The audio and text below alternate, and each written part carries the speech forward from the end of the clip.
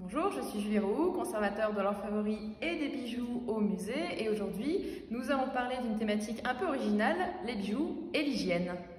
Alors cette petite boule, elle se portait soit en pendentif autour du cou, soit à l'extrémité d'un chapelet ou d'une ceinture qui pendait jusqu'au pied, et c'est ce qu'on appelle une pomme de senteur. Alors pourquoi une pomme de senteur?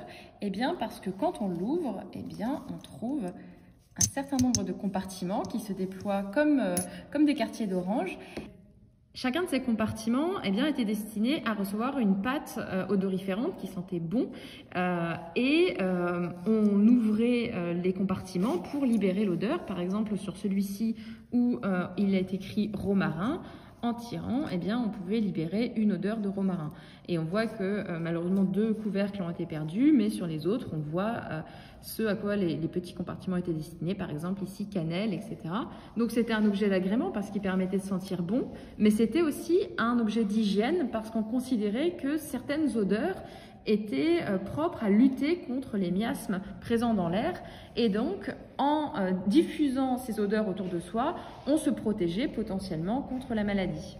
En se basant sur le décor de l'intérieur et de l'extérieur, on considère que c'est un objet allemand de la fin du XVIe siècle.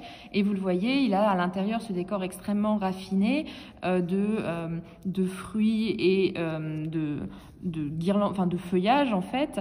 Et il y a vraiment ce contraste très joli entre l'extérieur qui est en argent non doré, et puis quand on ouvre, eh bien, on découvre justement ce décor extrêmement brillant, extrêmement élégant. Donc c'était vraiment un objet de luxe et de prix.